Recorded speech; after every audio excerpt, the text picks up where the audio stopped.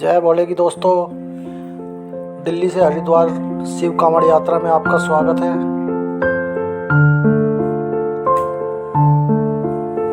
तो जैसा कि आपको पता ही है, मैं दिल्ली से हरिद्वार जल लेने के लिए जा रहा था, और वो भी साइकिल से। तो एक साइकिल यात्रा में आप मेरे साथ बने रहिए।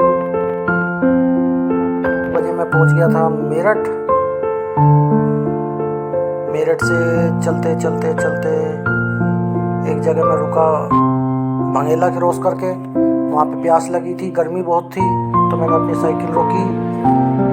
ये आप देख सकते हैं मेरी साइकिल है। साइकिल में मेरा बैग रखा हुआ। मैं सिर्फ 2 जोड़ी कपड़े लेके गया था। वहाँ से जलपान करने के बाद मैं फिर वापस से निकला अपने सफ़र की तरफ।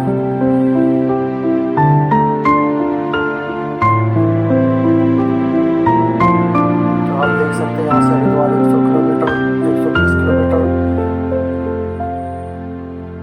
बचा हुआ था। रोड की तकरीबन थोड़ा ही था।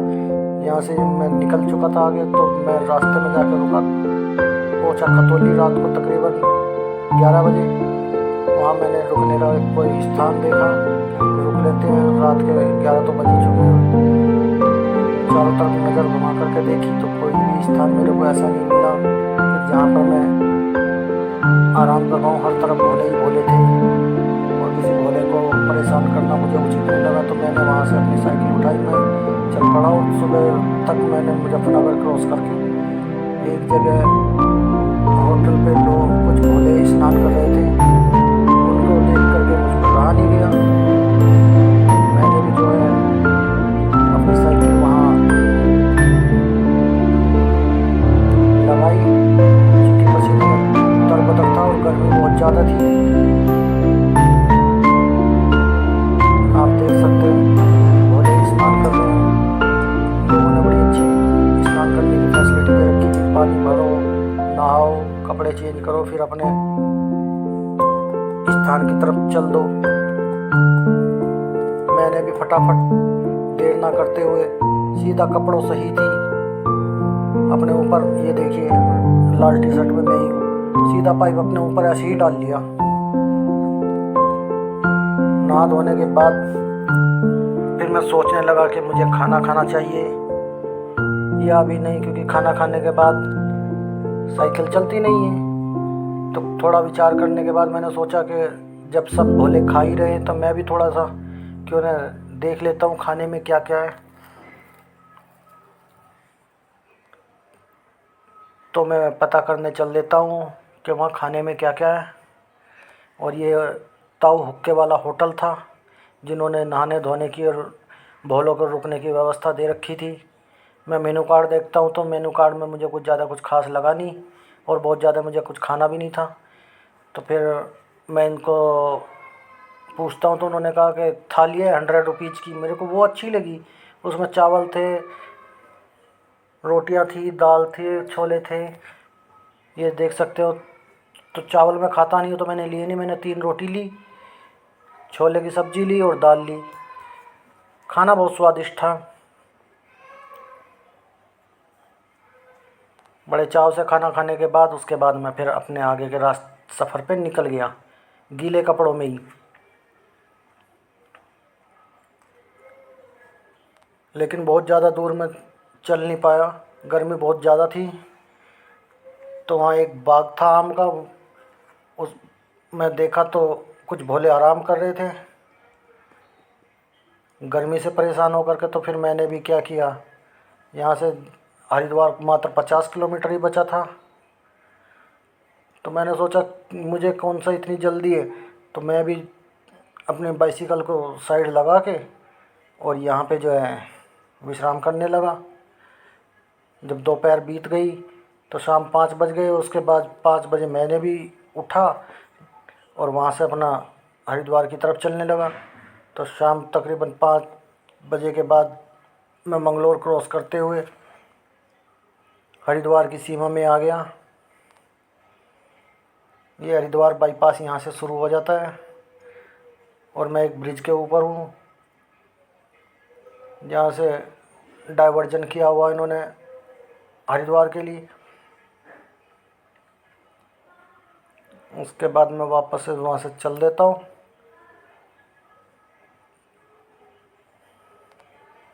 और पहुँच जाता हूँ हरिद्वार। हर की पौड़ी देख सकते हैं आप।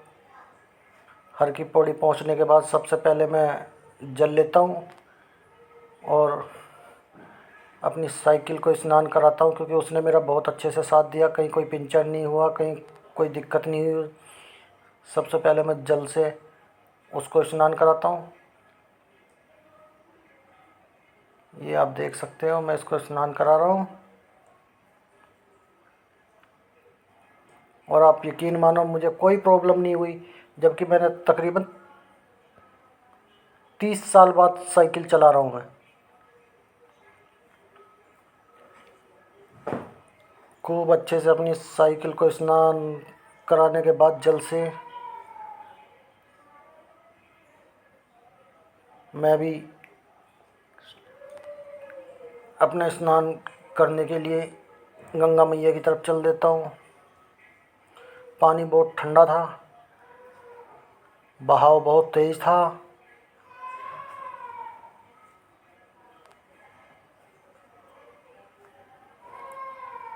मेरे साथी बोल रहे थे आराम से, ध्यान से।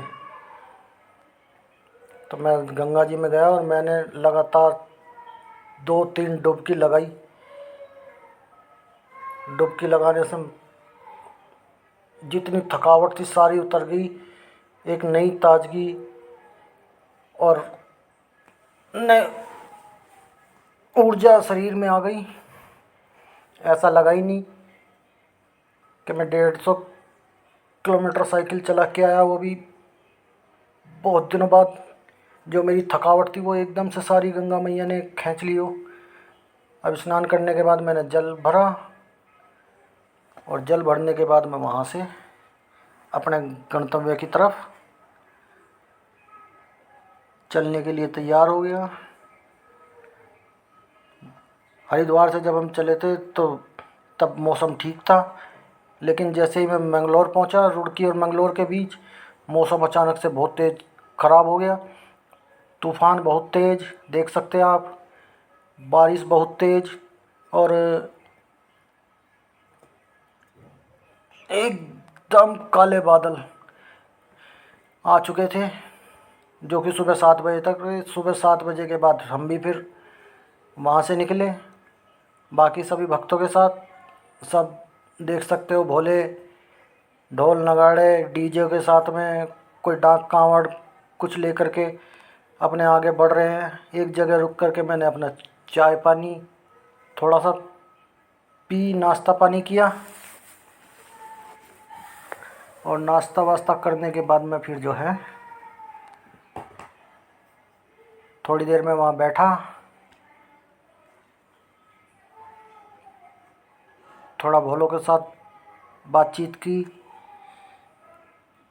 और भोलों के साथ बातचीत करने के बाद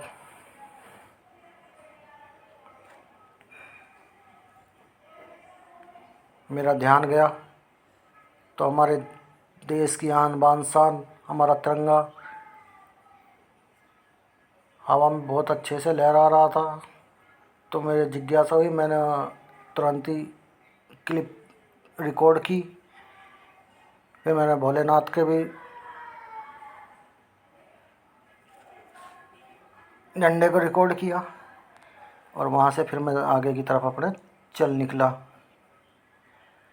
गर्मी चूँकि बहुत बढ़ चुकी थी, हालत बहुत ख़राब थी।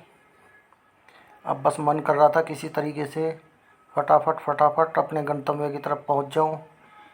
रास्ते में भोले भोली सब अपने रास्तों की तरफ आगे बढ़ रहे थे, ढोल नगाड़ों के साथ में। गर्मी बहुत ज़्यादा बढ़ चुकी थी और चूँकि जल का टाइम भी नज़दीक आ रहा था, 3 बजे का था। वैसे अभी टाइम बहुत था और मैं मेरठ पहुंच चुका था, तो अभी मेरे पास बहुत टाइम था। लेकिन उसके बाद भी मैंने सोचा कि क्यों ना थोड़ा टाइम से ही चला जाए। कोई भरोसा नहीं, रास्ते में गर्मी बहुत पड़ रही है, तूफ़ान आ जाए, फंस जाए, कोई प्रॉब्लम हो जाए। 3 बजे तक मंदिर पहुंच जाता हूं, फटाफट वहां पे जल चढ़ाने के बाद मैं घर की तरफ निकल जाता हूं। और आप लोग भी यहाँ तक बने हुए हैं और वीडियो देख रहे हैं, तो उम्मीद है आप लाइक शेयर सब्सक्राइब ज़रूर करेंगे।